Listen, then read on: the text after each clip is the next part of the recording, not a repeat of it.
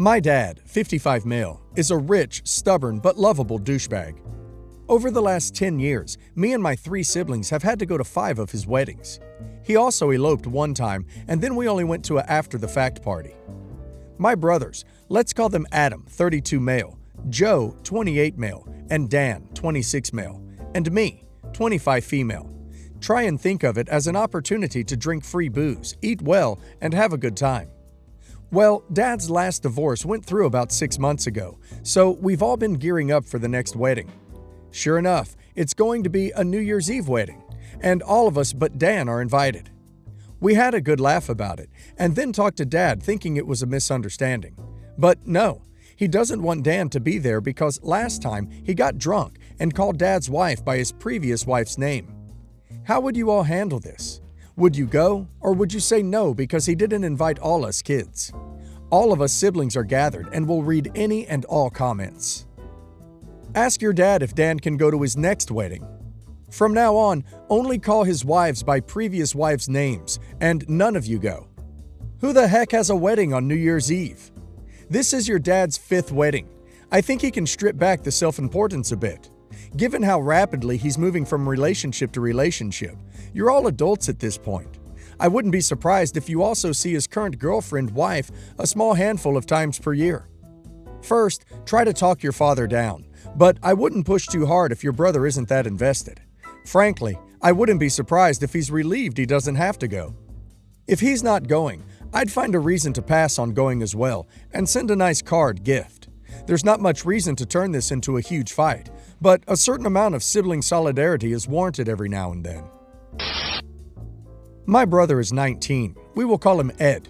He is a complete sweetheart. He works hard, he keeps to himself, and he never has a bad thing to say about anyone. The drama that surrounds his girlfriend and our family is really hard on him. He wants us all to get along, and boy, we have tried, but it's just not working. My brother and his fiancée, who we will call Sam for the sake of anonymity, have been together since they were 13. It has, in my family's eyes, never been a normal relationship. Sam's mother has never worked, and she has been with her husband since they were 11. So she has encouraged her daughters from a young age to stay with their first boyfriends forever and get married because it worked out for her. One time, when they got into a 13-year-old lover's quarrel, Ed asked my mother if he could go for a drive with Sam's mom. It was 11 p.m. at night on a Tuesday. My mother said absolutely not. What business does a grown woman have coming to pick up her son on a school night? Ed said it was harmless and that she just wanted to talk to him about their relationship issues. My mom shut that down. That night, Ed stayed up online all night on MSN, back when this was a thing, talking to Sam's mom. My mom read the messages and was pretty disturbed. They outlined about how Ed and Sam had lost their virginity to each other, how special it was, how she could tell Sam was upstairs thinking about it, with a winky face emoji. She turned the internet off for a week. Another night, Ed was still 13. Sam's mother shows up at 11:30 and picks my brother up. This time, my brother didn't ask, he just disappeared. My mom called Sam's mother and told her if my brother was not returned to the house immediately, she was calling the police. 10 minutes later, Ed was home and grounded. This began the conflict between my mother and Sam's mother. On to Sam. Sam has had it in her head the entirety of her and Ed's relationship that she is going to be a stay-at-home mom, which is fine, but she has been pressuring Ed to propose since age 13. No joke. Sam's mother began sharing things all over Facebook about how her future son-in-law and Sam would have a big, beautiful wedding and how many beautiful grandbabies they would give her. My mom was getting more and more upset as time went on. Every time she confronted Ed on how this was not normal behavior, Ed would become withdrawn. For fear of losing a relationship with Ed, my mom stopped trying to warn him and started trying more to build a relationship with Sam, as it was evident my brother loved her and they were not going to break up anytime soon. The only thing is, Sam is rude. Sam ignores our family the very few times we see Ed and Sam. They don't come by often because they are always at Sam's mother's house. Sam has no other friends that aren't her sisters or her sisters' boyfriends. I used to joke that it was a cult. I don't joke about it anymore. I believe it really is. My mother would try to make conversation, and Sam wouldn't even look at her, much less speak back. One time, she just got up from the table and left the house without so much as a goodbye. This kind of standoffish, awkward behavior has gone on for years. My mother told Ed that she feels sad and that she's losing a relationship with him because it's so evident that Sam and her mother want his full attention.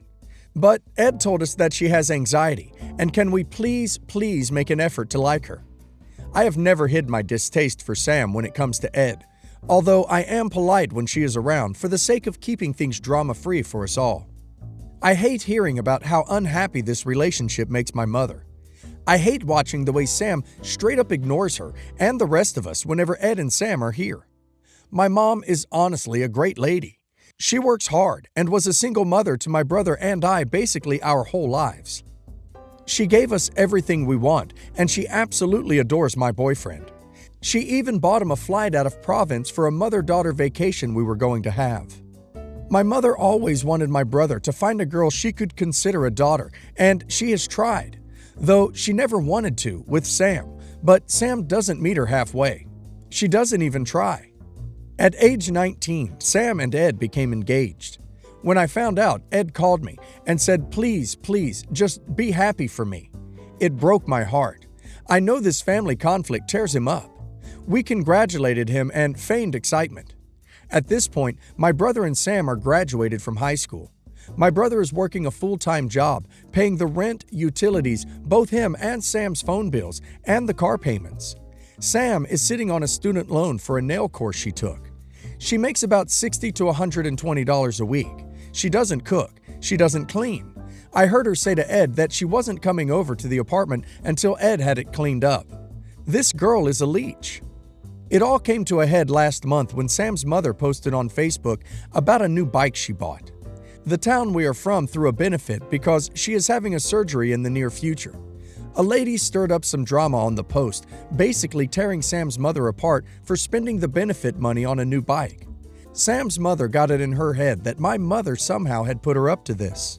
What? Anyways, Sam's mother began posting about how my mother would be getting her money back, how she ruined her night, etc. This was the breaking point for my mom. She blocked all of them, including Sam, phoned my brother, and basically she said has put forth all the effort she can regarding Sam and her family, but now she is done. My brother is really upset. I don't know what to do, Reddit. Is this one of those situations where we just have to blindly hope against hope that my brother sees the light someday? What kind of advice could anyone possibly have for us? My brother and mother are very hurt. I am not hurt. I am angry. I think I truly, really do hate Sam and her mother with a passion, so I don't think that I should be involved in any kind of conversation with Ed just now, because I can't stomach the fact that they are even still a couple. I guess I just want to comfort my mom. Maybe this was a rant more than anything. Thanks for listening. You are entirely correct to block all of those people on all social media. There's really nothing much to be gained there, and depriving them of that access may tamp down the drama. You, your mother, and anyone else in your circle of friends should lock down your social media. Here's the advice I have for you. Stay in touch with your brother. Call him. Try to schedule time to visit or hang out with him, and only him.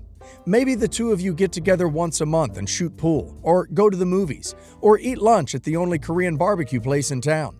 But don't let him get isolated. Make sure he knows he's still got someone he can talk to and hang out with. When you do things with him, and make sure it's brother-sister time, no girlfriends allowed. Just hang out. Mentally make a list of okay things to talk about. Sports, weather, politics, that thing the dog did last week. And if the conversation lags or goes into uncomfortable territory, you can pull out. Do not bring up his girlfriend or her mother, and do not speak ill of them. If he talks about them, just listen. The most judgmental thing you should say is, "Really? That doesn't sound like normal." I mean, for what I know about how people in whatever situation is described behave. If your brother tries to bring along his girlfriend, call it out and let it be a little awkward. "Hey Sam, I didn't realize you'd be here. I invited Ed and only Ed because I wanted some time with my brother. I promise I won't let him wander off and get lost. Here, let me pay for an Uber to take you home." Don't give up. Keep inviting Ed out for brother-sister time, making it clear it's just the two of you. Keep sending Sam home if she tries to tag along. And if Ed says, "Look, I can't go out with you unless she's with us," fall back to your one judgmental reply. "That's really not normal for every other couple I've ever known. That seems really unreasonable and unhealthy. Are you okay?" This is an important boundary to establish. Ed needs to know that his family is still around and that he can still talk to them. And Sam needs to know that it's okay for Ed to do things without her being there. This is going to be a long, slow process, but it starts by setting boundaries and giving your brother a safe place to reconnect with his family without having to constantly defend his girlfriend.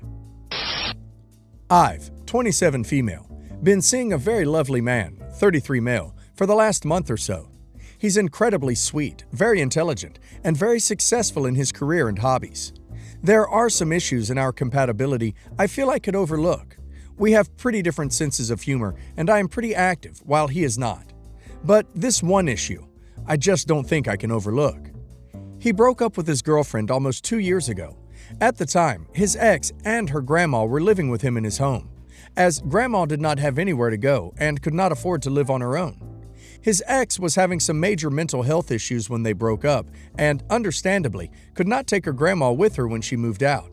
However, grandma is still living there, and from what I understand from him, she is not planning to move out anytime soon, and he does not feel comfortable asking her to move out, as she apparently still has no place to go. Some additional info. Grandma does not pay rent or contribute financially. I think she basically just pays for her own food. They also do not have a great relationship as friends or roommates, and I feel awkward going over to his house because the way they interact is pretty uncomfortable. While he is incredibly kind and compassionate, this issue makes me think he is too passive, has issues setting boundaries, and can't stand up for himself. Surely there is some alternative to letting her live there indefinitely. Another family member is something she can live with. Helping her look for government-assisted housing, something other than just supporting her for the rest of her life. I just can't see us living together in a year or two or whatever with his ex-girlfriend's grandma living there. But he doesn't seem inclined to change anything, and I'm certainly in no position at this point to ask that he change anything. Guys, do you think it's better to just end it now, or should I give it some more time and see where things go? Don't ask me, ask him. You seem very aware of what's going on. He's a very sweet and very compassionate, but also a total pushover. As for sitting around to see where it goes, really? His ex-girlfriend's grandmother, who he apparently doesn't like as a person, has been living with him, rent-free, for 2 years. What makes you think he'll turn 34 and suddenly realize, crap, I don't need to continue to let this mean old lady live in my house rent-free? Side note, if you don't share a sense of humor or interest in activities, and you think he's a wuss, what is attractive about him to you? I called my mom last night to wish her an early Happy New Year, and while we were on the phone, she told me she has something to tell me. This included a big lead-up about how she didn't think she had been keeping this from me, but I might feel like she had been. She said she didn't tell me sooner because she knows our relationship isn't super strong and didn't want this to affect our relationship or make me not talk to her. Then she said that she and my dad had bought a cabin. After me prodding a bit more why she thought that would upset me, she admitted that they had bought it with my little sister, we'll call her Haley, and her husband, Brett. They said that my sister Haley had mentioned wanting a cabin but couldn't afford it quite yet, and so they went in on one together. They never asked my partner and I if we would like to go in on it. They never mentioned they were thinking of getting a cabin. My mom said she asked my dad if we had ever mentioned wanting one, and they decided we hadn't, so it was no big deal to just carry on without us. It wasn't until I asked more questions that I realized the sale of the cabin closed in July, and they had been keeping this from me since then. My mom also let it slip that everyone in the extended family already knew, and I was the last to find out. This whole time I had assumed it was a recent purchase, but it has been 5 months. It suddenly clicked that during our Christmas Eve Zoom call, they had been making a lot of inside jokes that I didn't realize were about the cabin. My mom talked about how she had spent the last few months sourcing and refinishing furniture from Facebook Marketplace, and I realized they had this whole secret life of plans and preparations without me the past few months. They only told me because they are all going up there for New Year's. Yes, in a pandemic. And to celebrate my nephew's first birthday. There is a long history of my parents helping my sister out financially. She is allowed to live at home rent-free while they pay for her school, versus me paying rent the second I turn 18 and not getting my school paid for.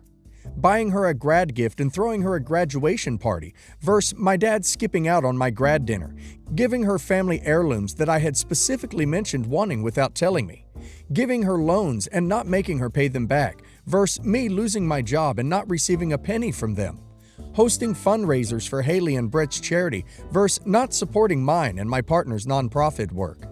I told my mom I'm really hurt and don't feel like I'm part of the family and don't understand what I've done to be so outside of my family. She said it's just obvious I'm more independent and don't need them. Meanwhile, I have multiple mental illnesses and a chronic pain condition and definitely am not 100% independent. There are lots of family issues at play here. I'm definitely in weekly therapy, don't worry. My therapist is on vacation until next week and I just don't know what to do. I'm reeling from the hurt I feel, like I really need to start distancing myself from my family. But is that dramatic? Am I just being jealous because my parents don't give me things? They have said they want me to come out to the cabin when I feel safe to do so, but I can't imagine myself ever feeling comfortable with that. Am I just being jealous because my parents don't give me things? Maybe technically, but you're valid in feeling that way. Jealousy is not a wrong emotion to feel in this situation. As for what to do about it, that's something for you to talk about with your therapist and decide based on what would be best for you. Distancing yourself further or cutting your parents out could be a really healthy decision or could be a harmful one. It depends on how it's going to make you feel and why you're doing it. I will say if you do it, make sure you're doing it for you. Don't do it because you think it will send them a message or change their minds or make them feel guilty. If you're doing it to make them feel do something, you may be even more disappointed. Make sure it's about your feelings, not theirs.